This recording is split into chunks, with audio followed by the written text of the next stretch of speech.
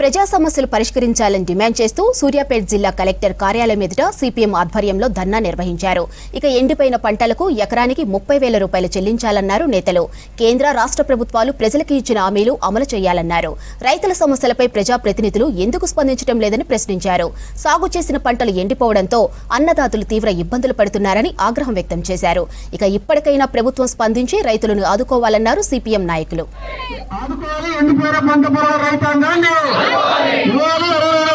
ఇందిరమ్మ ఇల్లు ఇవాళ సంబంధం లేకుండా ఇందిరమ్మ ఆత్మీయ భరోసా ఇవాళ ఉపాధికి ఇందిరమ్మ ఆత్మీయ భరోసా పండించినటువంటి పంట చేతికి రాకపోతే ఆ రైతు ఎంత మునగని రాలిపోతాడు మనకు తెలుసు.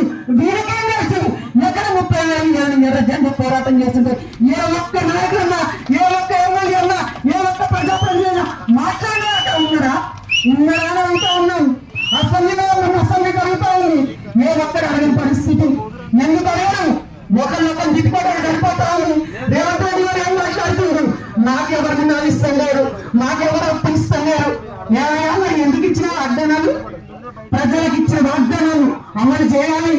అమలు చేయకపోతే ముక్కుబండి ఏమంటే ముక్కుబండి మోసం చేస్తాం. అట్లా మోసం చేయాలి. మనం ఆడవాళ్ళం మోసుకునే ప్రభుత్వాలే ప్రారంభ శక్తి దమ్మ ధైర్యం మనకే ఉంది. ఏ ఎలక్షన్ వచ్చిన మహిళలు ప్రస్తుతంగా ఉద్యమంలో ఆ పోరాటాల్లో కానీ ఉద్యమంలో కానీ ఎలక్షన్ లో కానీ మనమే ఉంటున్నాం.